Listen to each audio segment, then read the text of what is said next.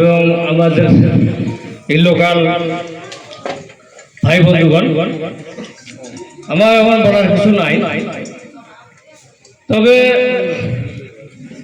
এখানকার যেটা আমাদের মেঘালয়ের যারা পরিস্থিতি, ডিস্ট্রিক্ট কাউন্সিলের ব্যাপারে সেটা অবস্থা, সেই হিসেবে আমাদের একটা আশা, যদি এক্সপিরিয়েন্স হোল্ডার মানুষ হয় তাহলে কাজ কামের সুবিধা হয়।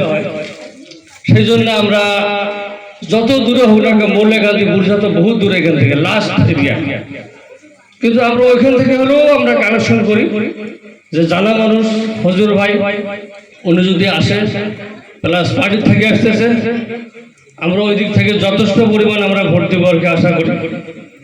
তো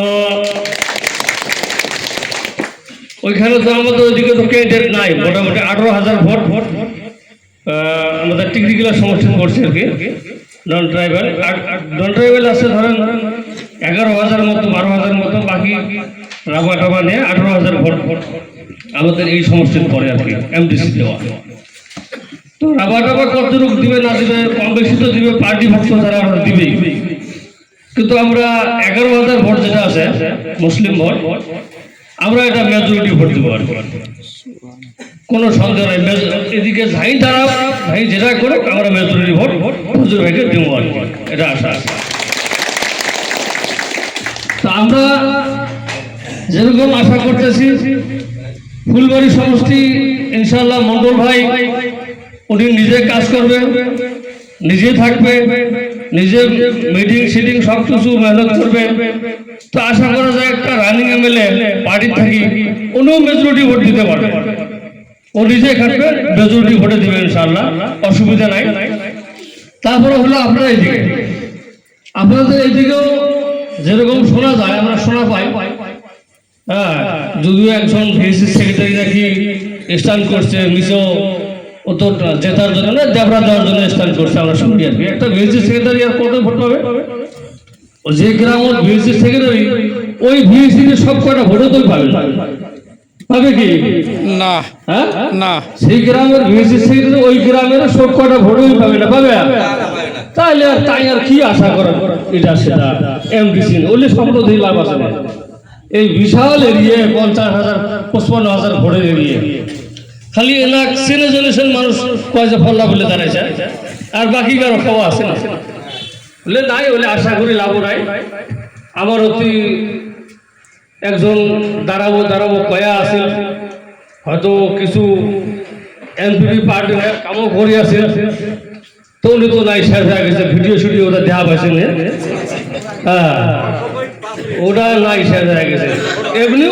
এমনিও আমরা জানি শেষ, কোনো টিকিট পাওয়ার সম্ভাবনা নাই, দিবেও নয়, হ্যাঁ এমনি কয় না যে ঠিক আছে চেষ্টা করি থাক, মানে পার্টির হাতে কাম করি আছে না, মন্ডলের কথা চেষ্টা করি থাক, দেওয়া যাবে।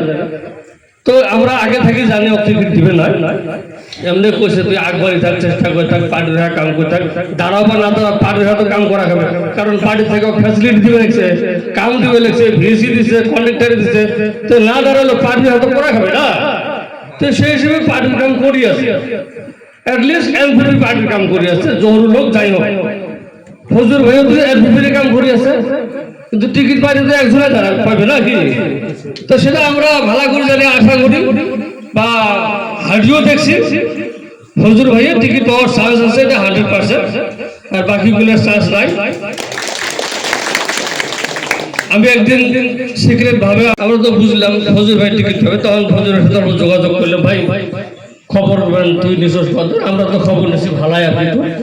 পরে ফজর হয়ে একদিন গেছিলাম, আমার 3 দেখা করে এসেছে, যাওয়ার সাথে পুরনো মানুষ না, মানুষ পাগলায় যায়, হ্যাঁ যদি 5 মিনিটের জন্য যায় ওটা 2 ঘন্টা শেষ করে পায়। তো ওই হিসেবে আমরা ওই পাশে যেভাবে যোগাযোগ করিয়েছি, আলোচনা বিলোচনা করিয়েছে, সবাই সহযোগিতা করিয়েছে, ভাইয়ের সাথে ফোনা যোগাযোগ হয়ে থাকে, যদিও না আসে, কারণ ওরকম বিশাল মিটিংও বড় মিটিংও দেয় নাই, জাস্ট খালি ছোট ছাড়ি বক্স মিটিং। আমরা বাজারে টাজারে বসলে চা খাই, অনেক কিছু আলোচনা হয়, ওই একই আলোচনা। যদি ফজর হয়েছে আর কোথায় নাই, আর পুরানো মানুষ এক্সপিরিয়েন্স হোল্ডার মানুষ না, ওনাকে দেওয়া ভালো হবে। একবার আসিল, কারণ জীবনে একবার একটা কাম করে আর অলরেডি জানা হয়ে যায়, আরেকবার যখন ওই পথে যায় তখন কাজগুলো করার সুবিধা। হ্যাঁ আর আরেকটা জিনিস আলোচনা হয় রবিউল সাহেব নিয়ে, তো উনি তো ফাইনাল এমএলএ আসবে, এমডিসি তার কি জন্য আসে না, এমএলএ তে আসুক, এলা এমডিসি দাঁড়াবো, ফ্রি এমএলএ দাঁড়াবো খালি দেবরা। হ্যাঁ, একটা মানুষের দুটো নিয়ে কি দরকার থাকে, এমএলএ আসবো এমএলএ দিয়ে থাকবে, ওই জন্য দুটো দেওয়ার দরকার নাই। এটাও কয় মানুষ আগের বার ধরো বলছি করছিল ফাইভ থেকে দিচ্ছে ওই এমএলএ আছে, এক গোলতে গাই বাসুর বাঁধলে কিন্তু পিএস খাবো, ওরাই এমএলএ, ওরাই এমডিসি চলবে না, ওই জন্য কিন্তু দেয়।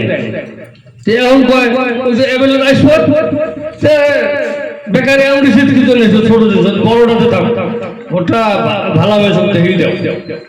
ওই হিসেবে আমরাও আশা করি আছি, আপনারাও আশা করেন, মেহনত করেন, আমরা ওইদিকে মেহনত করবো, আশা করি মেহনত করবো যাতে আল্লাহ কাজটা সাকসেস করবে যায়, এই বলি আমার আশা বক্তব্য শেষ হলো।